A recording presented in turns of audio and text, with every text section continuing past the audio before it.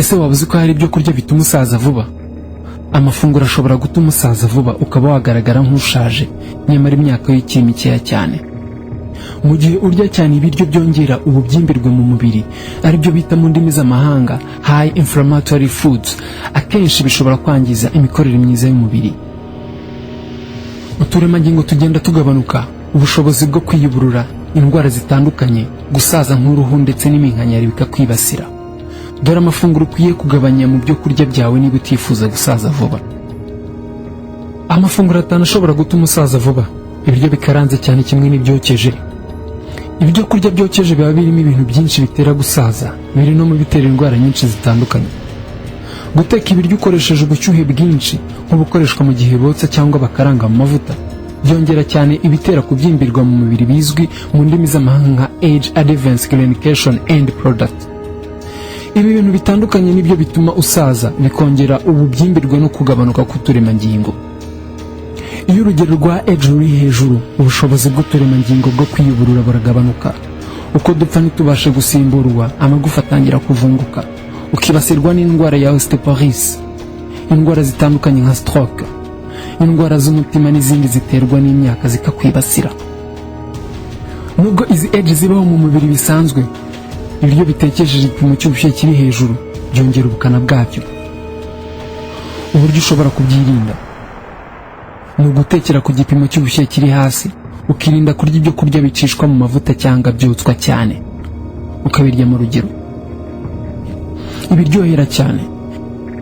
Isukari nyinshi yangiza proteine yo ku ruhu ituma ruhorana itoto. Nanone isukari nyinshi ishobora gutera kubaho icyitwa glycation. Glycation ibaho mu gihe ufashe isukari nyinshi iruta y'umubiri wawe ukeneye. Isukari irengaho yivanga na proteine nuko bigakora icyo twita mu ndimi z'amahanga advanced glycation end product, ariyo izwi nka H. Age yangiza bikomeye proteine yo ku ruhu izwi nka collagen ituma ruhorana itoto ndetse rugahora rukeye. Ibinyamasukari byahinduwe. Umugati ni urugero rw'ibinyamasukari bihindurwa kuko bakuwemo karori z'ingenzi. Ibinyamasukari byakuwemo bimwe mu bibigize nk'amafufu bikora nk'isukari yahinduwe mu mubiri. Iyo bitarimo izo karori zirinda ko isukari nyinshi yinjira mu maraso. Ibinyamasukari bijya kwangiza insuline ndetse bikaba byanatera umusemburo wa insuline kwinangira cyangwa kunanirwa gukora neza uko bigenda biba byinshi. Urugero rw'ibinyamasukari bihindurwa harimo umuceri wera n'umugati. Ushobora guhitamo kurya ibinyamasukari bitahinduwe nk'imbuto, imboga n'utubuto twuzuye nk'umuceri w'ikigina n'ibindi. Inyama zitunganyijwe ukundi, sausage M cyangwa jambo, n'izindi nyama zihindurwa zishobora gutera gusaza imburagihe.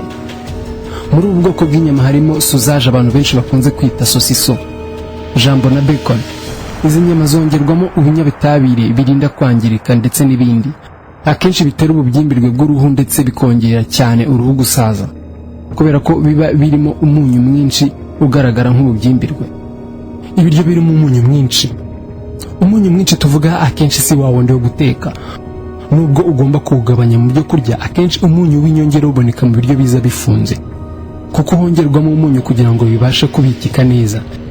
Ibi bishobora gutera umubiri ubika amazi menshi nuko ukagaragara nk'ubyimbye. Ndavuga ku bantu bakoresha umunyu mwinshi. Ngibyo ibyo kurya by'ingenzi bishobora gutera gusaza imburagihe. Niba ukunda kubirya, ni ngombwa kubigabanya bitari ukubihagarika. Ukibanda ku mafunguro arinda gusaza ndetse atuma umubiri wawe ukomeza gukora neza.